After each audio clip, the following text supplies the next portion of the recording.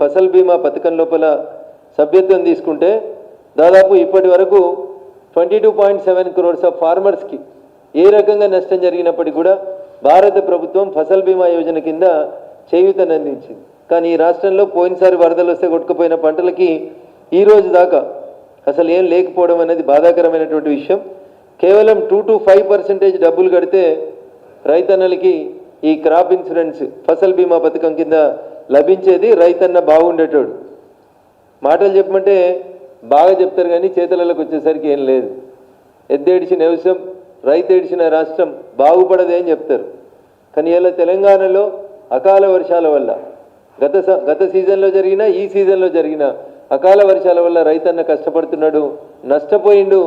దానికి నష్టపరిహారం ఇవ్వాలని ఎకరాకి మినిమం 50,000 రూపాయల నష్టపరిహారం నా పార్లమెంటు పరిధి లోపల జరిగినటువంటి వడగండ్ల వానలో నష్టపోయినటువంటి రైతన్నలకు ఇవ్వాలని చెప్పి భారతీయ జనతా పార్టీ పక్షాన మేము డిమాండ్ చేస్తూ ఉన్నాం.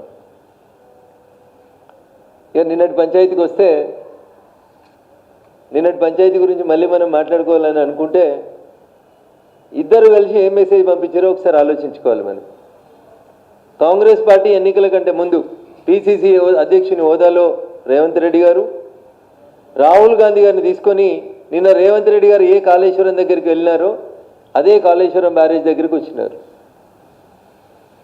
కేసీఆర్ అవినీతిని కక్కిస్తాం. నేను లాస్ట్ ప్రెస్ మీట్లో ఒకసారి మీకు ఆ పేపర్ కటింగ్స్ కూడా అన్నీ చూపించినాం. 1,00,000 కోట్ల రూపాయల అవినీతి జరిగింది, దాన్ని మొత్తం కక్కిస్తాం. తెలంగాణలో సమాజానికి ఉపయోగపడే సంక్షేమ పథకాలకి పైసలు ఆ 1,00,000 కోట్లలోంచే తీసుకొచ్చి పెడతామని రాహుల్ గాంధీ గారి నోట కూడా చెప్పించిపోయినారు. 2.5 ఏళ్ళు అయింది రేవంత్ రెడ్డి గారు. ఇవాళ మీరు మేడిగడ్డకు పోయినారు. కాళేశ్వరం కేసు ఏమైందో మీకే తెలియదు. మొత్తం కేసుని సిబిఐకి ఇవ్వండి అంటే మొత్తం కేసుని ఇవ్వడానికి మీకు మనసు ఒప్పదు.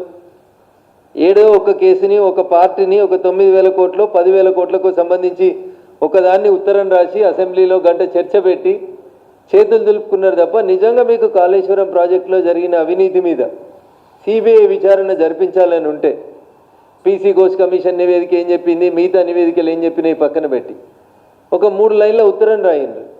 కాళేశ్వరం ప్రాజెక్టు అనుమతులు, నిర్మాణం, వ్యయం, దానికి సంబంధించినటువంటి ప్రతి అంశం మీద సిబిఐ చేత సమగ్రంగా విచారణ జరిపించి